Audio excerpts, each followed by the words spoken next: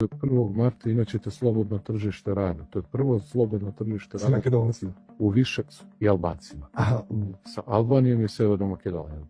Dakle, od 1. marta bilo ko iz Valone, Tirane, Skadra ili Škodera, kako Albanci kažu, svejedno, dakle, hoćete da radite u Beogradu, imate pravo da radite i imate radnu dozvolu, ne morate da čekate posebne papire iz Beograda. Imate identifikacioni broj preko mobilnog telefona i nemate nikakav problem sa tim.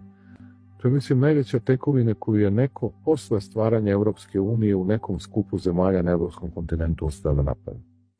Dakle, od 1. marta bilo ko iz Valone, Tirane, Skadra ili Škodera, kako Albanci kažu, svejedno, dakle, hoćete da radite u Beogradu, imate pravo da radite, imate radnu dozvolu, ne morate da čekate posebne papire iz Beograda. Imate identifikacioni broj preko mobilnog telefona i nemate nikakav problem sa tim.